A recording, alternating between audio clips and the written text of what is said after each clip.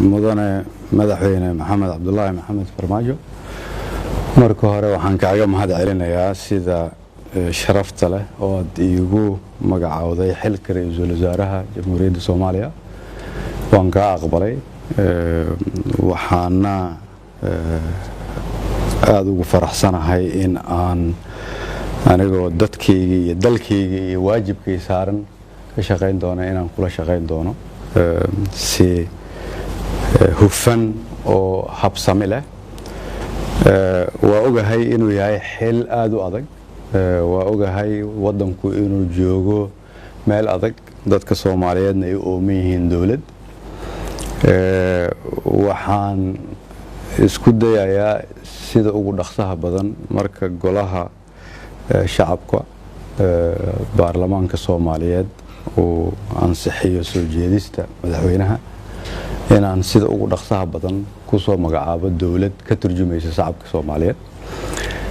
iyo hadafyada madaxweynuhu uu balbalaariyay anigoo la tashan doona guddoonka baarlamaanka iyo madaxweynaha madaxweynaha anigoo uga mahad celinaya magacaabista uu magacaabay